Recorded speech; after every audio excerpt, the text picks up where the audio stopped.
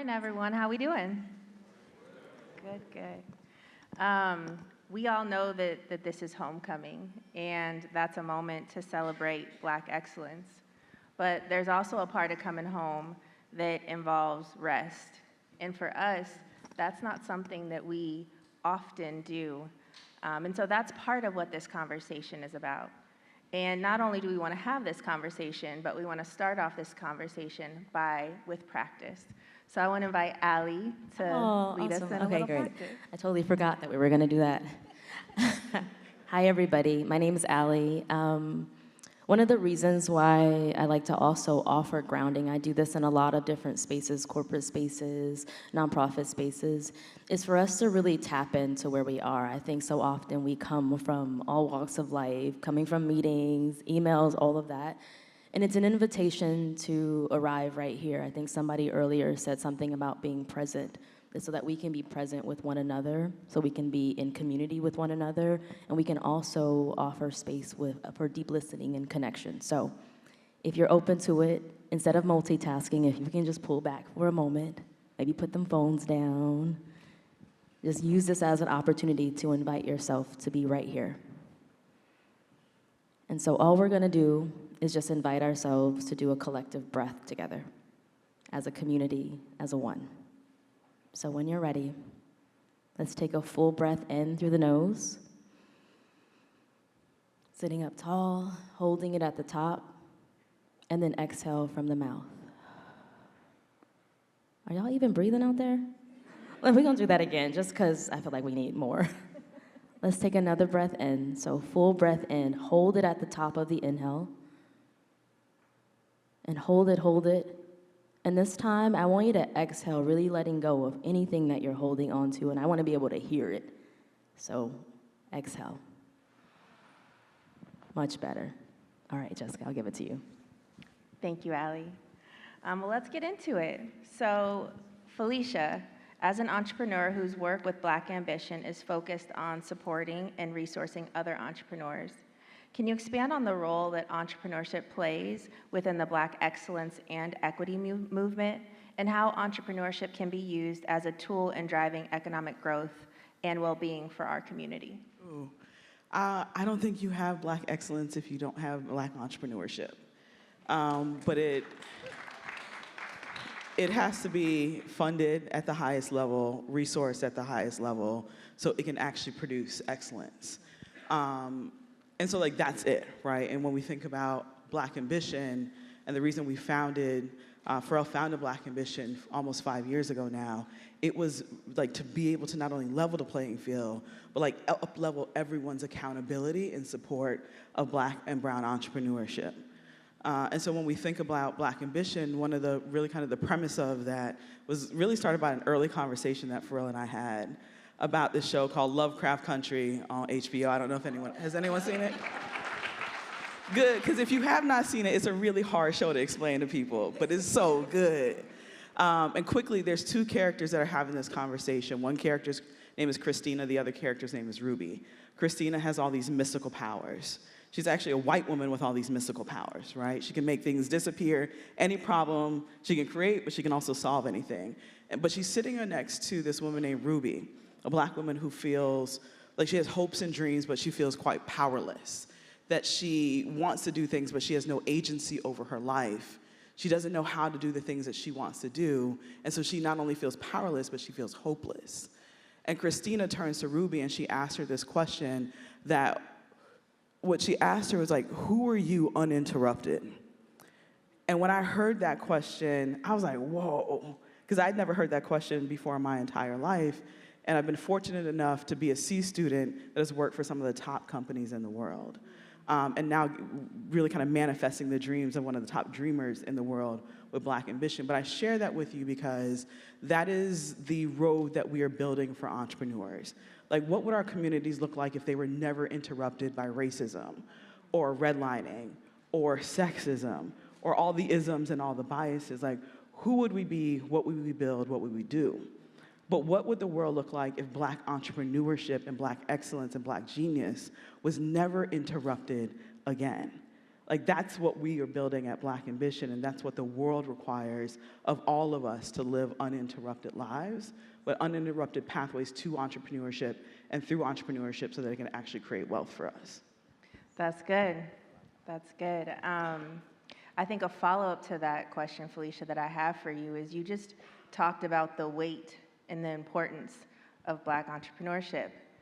At the same time, giving nod to the theme of today, this weekend, movement, not a moment.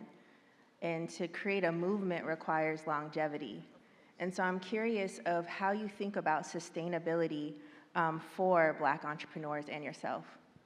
Yeah, I think Ali kicked it off, right? So sustainability for Black entrepreneurs in particular requires rest, it requires care, and honestly, it requires therapy. And if therapy is not a part of your practice as an entrepreneur, you will burn out, and the world really needs you. It's something that we've incorporated into the work that we do at Black Ambition, and so we literally have performance and therapy coaches on staff with a program called the Evoke program. We approach entrepreneurship much more holistically. We care about the whole person, not just how much money can you raise and how big your company can get. Like, you gotta be whole so that you can actually be alive long enough to see the success happen. And my mentor has said to me recently, and it really kind of like rearranged all the furniture in my head about like wealth and passing on a legacy. And he was just like, we've been taught to work as hard as we possibly can so that we can leave a legacy behind. But what if you can work harder, not harder, smarter and better and quicker so that you can see your family enjoy the legacy that you built for them while you're still alive to see them benefit from it. And I was like, what? Like, that's what I want, right? But it requires us to think differently, but it also requires us to work faster and know that wealth and opportunities have a need for speed. We have to create that, but we can only enjoy it if we're whole. So good, and I think this is a perfect segue to you, Ali, because what you shared, Felicia, is the new way, and a lot of us are sitting here thinking about how. How do we achieve this now? So I'm curious, Ali, for you, good mental health is the foundation to preventing burnout. As a wellness expert, can you give our audience accessible ways to incorporate wellness into their work and their lives? Okay, good. And I don't like to call myself an expert because I'm just human. Girl, you better say that. Stop it. I'm just Hey, human moving through and experiencing life right along everybody else. And really, I think you said something, Felicia, around this sustainability approach. Really looking at how can I make this sustainable for myself? Looking at balance. I love talking about balance because I think we think of it as outweighing everything, but it's really about creating the space really for ourselves to really fully show up. And that sometimes might mean being honest and being like, I don't have it today. I think what Felicia said also is around this therapy component is being able to talk through what is really there, what's really present, what's really showing up, because you might be able to wake up and be like, I don't have it. I'm not living in my full truth. I'm not feeling passionate. I'm not feeling like this is where I want to be going, what I want to be doing. And part of that has been really following, for me, has been really following my own truth. And this is the whole reason why I say I don't call myself an expert is because I've been able to just move through life, really being honest with where I am. I didn't grow up in a community where there was a lot of resources, but I found my way as a first gen, really making my way of figuring out like, oh, okay, this is what I need to be doing, and how can I start like being with the people who are doing some of the things, because so often wellness in our society these days has been taught as if it's like a luxury, like it's something only certain people have access to. But in reality, it's a necessity. It is our birthright. It is something that is critical for our own liberation, for our own communities. And the more we find the spaces where we can tap into that and have the access to it, we'll be able to get connected with this. So that's things like breath work and movement and all of these things, all of these modalities that we see people doing on Instagram, the yoga, the meditation, but it's even deeper than that because we're talking about community care. Like, how are we showing up with one another? How are we holding space for each other when there's issues coming up at work, in the workplace?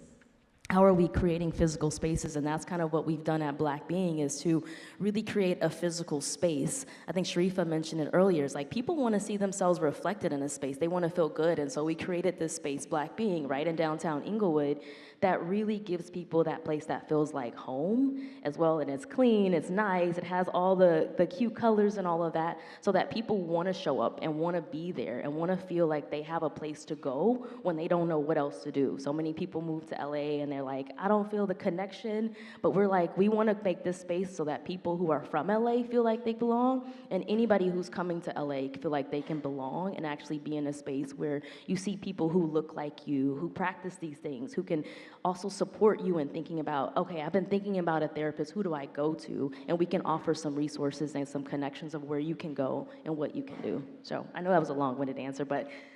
It's great. You referenced quite a few tools that people generally can access and that you've used yourself. And so I'm curious for Felicia and Deja, and if you want to add on anything, Allie, like what does your personal self-care practice look like?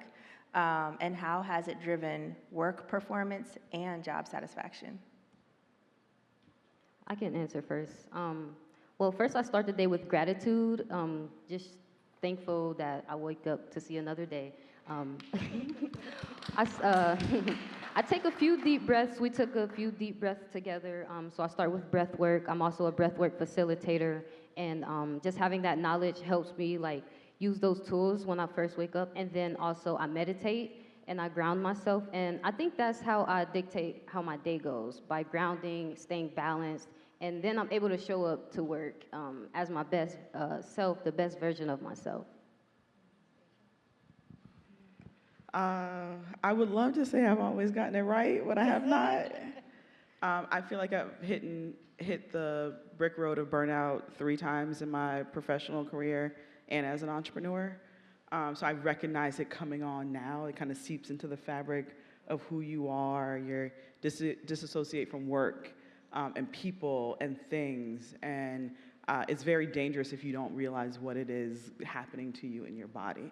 I think a few things that have helped me, and so, of course, prayer, having a really good friend network that allows me to vent, and then will also remind me who I am so I can get back out and do the thing. A really amazing husband, he's here, Derek, somewhere, also allows me to vent, and then be like, get out, go do your thing, Felicia. I think having a safe space of people are important, and you're not gonna have a lot of those people. You may have 1 or 2 if you're fortunate, maybe 3. And so having those people, trusting them, being that for them, and then also them providing that space for you. And I would say one of the things that I would say the second time I faced burnout was a few years ago, right before I had my son, who's now 6, was I picked up this book called The Big Leap. And inside The Big Leap, and I'm bringing it up because this talk is called the Black Genius Talk, he talks about getting to your zone of genius. And that book literally changed my life for the better. And so I studied under them for 2 years, Kathy Hendrick and Gay Hendricks, because it changed my life so much that I wanted to have better tools in order to incorporate it into my life and then to be able to share it with others. And so burnout happens because you're chaotic in the body. You're not clear about the things that you want, and a chaotic mind will make very poor choices or no choices at all. And so the other part of that is not just you're not doing things the way that you should be doing or at the pace, but you can also be stuck and stagnant. And so if you're ever feeling like that in your body, those are some of the things that are coming up. And so getting to your zone of genius is really helping you understand what are you the best in the world at doing. That when you do it, things happen in only the way that they can happen because you were in the room or you have your hands on this or you have your influence. And getting to your genius requires you to go through a process of elimination and get rid of everything else that's not your genius. Stop doing that stuff. And so it takes you through your zone of incompetence, your zone of competence, your zone of excellence, and then you get to your genius. And your genius, when you're there, you enter something called the Kaizen flow state. There's an ease and a flow into how you do your thing in the way that you do it. When people call your secret sauce, or you've been working on this thing for hours and it only feels like minutes, you are touching the hem of your genius. So what does your life look like when you're fully incorporated into that every single day? And I would say the last part of that is most people think that in order to incorporate or live and work in your genius, that you have to have like this crazy level of confidence and arrogance. But who knows what the root word of confidence is? Just shout it out. I know this is a school, but just shout it out for me. You said time? Con, I think. The root word of confidence. Con, I think of people. Con. Huh? Con, I think they said.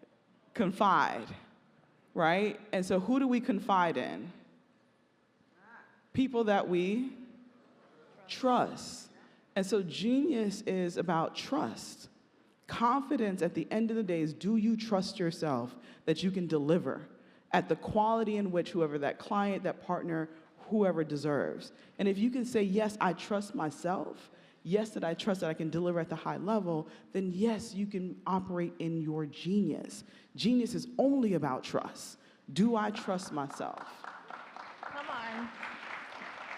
That's And some when you stuff trust right yourself, there. that's where you get your flow and your ease, and you will never interact with burnout ever again. Oh, can I add one more thing on that? That was beautiful, Felicia, by the way. As I teach meditation, and one of the things that I've learned from one of my teachers a long time ago, and I love that you're bringing this idea of trust, is that practice. Not that it's a practice of getting so quiet that I start to just lose, or like this idea of not thinking, but being in that meditation practice brings me so present into the right now, because oftentimes when we're moving through the world, we're usually in a couple different places. We're either in the future longing for what's out there, what's coming, what's on the way, or we're in the past trying to forget or to not make that thing happen again. And the more we're able to actually find moments to drop into the present moment, we can come into right now. What is my body feeling? What is happening in the mind? How can I trust where I'm actually going, rather than constantly looking out there trying to reach for the next thing, taking us completely away from the now. So that's been one of my main foundations of practices, that no matter what I do, whether I'm on one day, off one day, that I keep coming back to that practice of remembering. Thank you. Zone of genius, that was a gym. If you are not operating in your zone of genius, I hope that is your to-do, to quiet the rest of the voices that are talking to you, whether in your head or next to you or family, and get to that space. And I think this is a perfect topic to come to you on, Deja, because you've had 2 lives, probably a couple, but when we talk about zone of geniuses, you've operated at a very high level in 2 very different spaces. And so as an athlete, you've had to develop a strong mindset to overcome obstacles and bring your best to the game. Translating this to the workplace, how can professionals cultivate resilience and growth mindset that stands strong in the face of career challenges and setbacks? Whew, that's a great question. I would say be unstoppable. It's you versus you. No one can stop you but you. And there's this quote that I live by where it goes like this: there are no wins and sorry, I'm kind of nervous. Come on, Deja.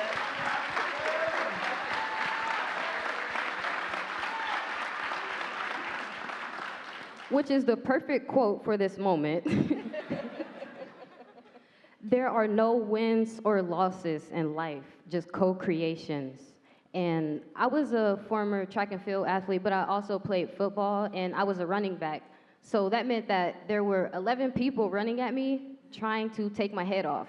So I had to be like water, I had to be adaptable, I had to keep my head on the swivel, like keep tunnel vision, stay focused while they were all coming at me. I had to co-create with my teammates, co-create with the opponents, and whatever was thrown my way. So my goal was to at least gain 1 yard. If I could gain 1 yard, that meant that I was moving the chains, that meant that I was making progress.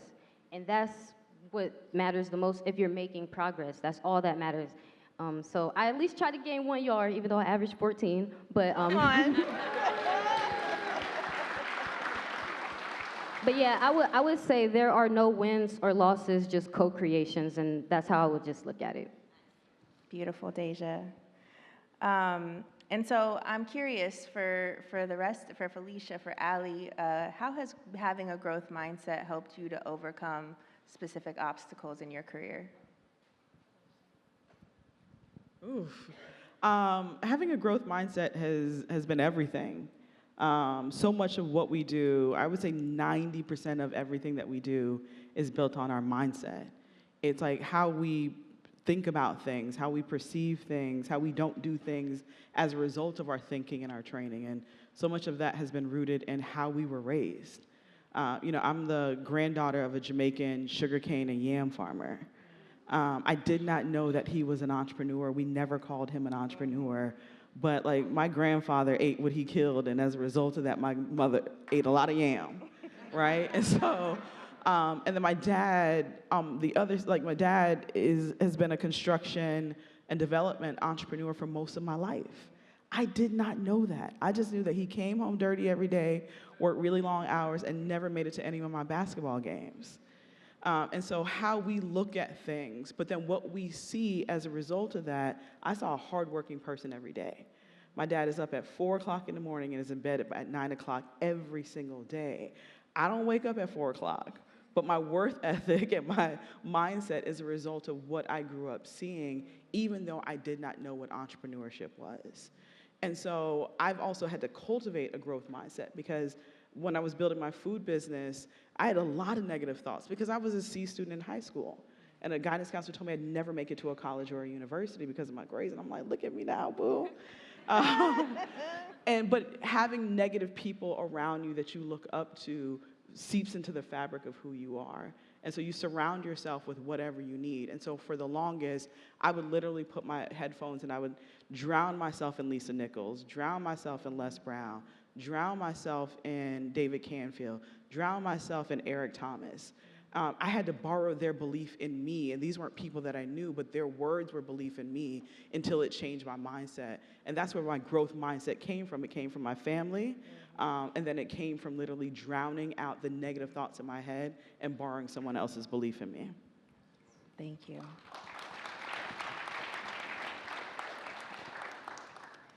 So I'm curious of how each of you define professional success. Yeah, I would define professional success as how much impact that you make. I don't think that your salary, how much money you make, or how many pairs of shoes are on the market, I don't think that dictates your success. I think it's how many people you are impacting. And right now, currently, I don't have any shoes on the market, so I don't really dictate that to my success because I was able to be a part of the creator camp on Thursday where we were able to give back to the high schoolers and mentor them and teach them how to be footwear designers. And to me, that's impact. That's telling and showing, being the representation, showing them that they can be a footwear designer and then they can show others and they can show others and maybe they'll be the next footwear designer. So to me, that's impact and I would say that's professional success. I love that. Congratulations. That's beautiful. For myself, when it comes to professional success, so outside of building Black Being, I also work in nonprofit philanthropy where I'm working with homeless service providers in LA County who are the direct service, the direct support for people who are unhoused. And so when I look at that and when I'm actually in those conversations and being a part and being connected to the work that's happening in our community, for me, I start to remind myself that it's so much bigger than just the things or the things that I see or the things that I want in my own life, but how am I also supporting the next generation that's coming behind or showing people that they matter in this world, that creating more spaces where people feel heard and feel held in their experience, in their work, in all the things that they do. And so every day, I'm constantly thinking about that, and I love that you're also, all these words that are happening today are so beautiful, but when I think about impact, I'm such a word person, so impact for me is really knowing that what I'm doing is going to live beyond just me and beyond my presence here on this planet, and hoping that it continues to touch any and everybody, even if I don't actually see it, even if that I'm not mostly connected to it, I don't get to see how people are experiencing that. For example, when we have the studio and we have our front desk people or our teachers, when I first opened Black Being, it was really about wanting my practice to live somewhere, But since I've been opening it and being in the background, it's really being about letting the other teachers who are in the presence, who have so many gifts and so much wisdom to share, that it continues to touch. It continues to touch so many other people. And so for me, that, the outside of professionalism or, all of those gifts is just knowing that it's actually touching people beyond just the immediate connections that I have, and what that ripple effect might do out in the world, hopefully. Professional success for me is definitely having a massive impact. We've been able to invest in 101 entrepreneurs over the past 3 years with Black Ambition, with check sizes ranging from $25K to $1 million. Like, I know that's going to have a massive ripple effect. And so the impact of what that will be in the future, long after I'm gone, is the thing that excites me to wake up every single morning and commit to doing this work. And that's professional success, because I know it's going to change our communities for decades and generations to come. And then financial success is also really important. And I always implore people, when you're thinking about impact, you also have to prioritize getting as wealthy as possible. And I know that feels really icky, but money is not evil. The people with the money are oftentimes evil. But we cannot have impact as fast as we need to if we don't have the financial backing in our own communities to be able to do so. Wealth has a need for speed. And so you can solve different kind of problems if you have $100,000 in a week as opposed to $100,000 over 2 years. You get to make different kind of decisions. And so impact in our community is for us to be a return on our ancestors' sacrifices as fast as possible, so that we can deploy capital as fast as possible, so that we can have influence and combat the evil that pushes against every single thing that we all stand for and know to be true. And so I always just like to prioritize that part of it, because we have a toxic relationship to money, but we also need the financial backing in good people having good money with good intentions to put more good out into the world.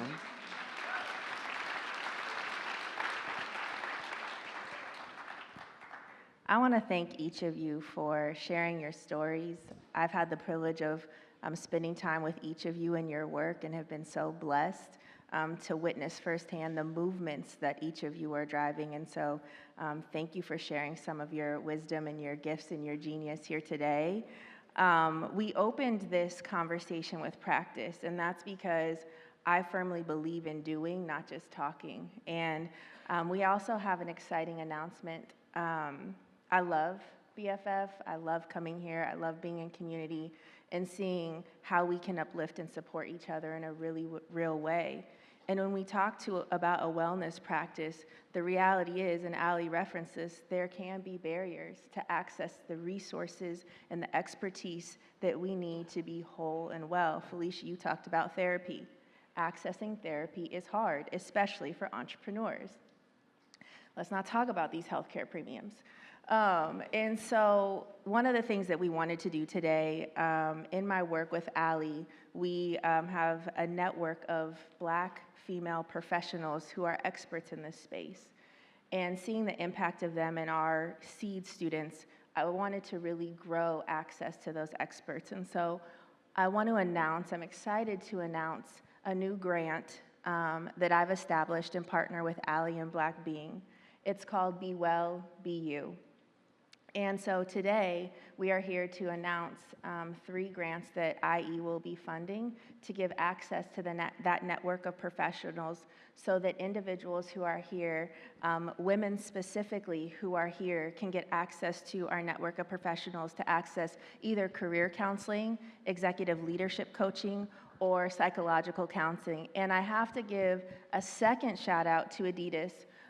You've heard the brand's name mentioned quite a bit because they showed up here in a real way. Felicia talks about dollars, and shout out to the North America Purpose team led by Aisha Martin and her team members who are here today, Tamika and Mel, who are putting their dollars in communities so that we can uplift and be whole and get better. And so I encourage you all.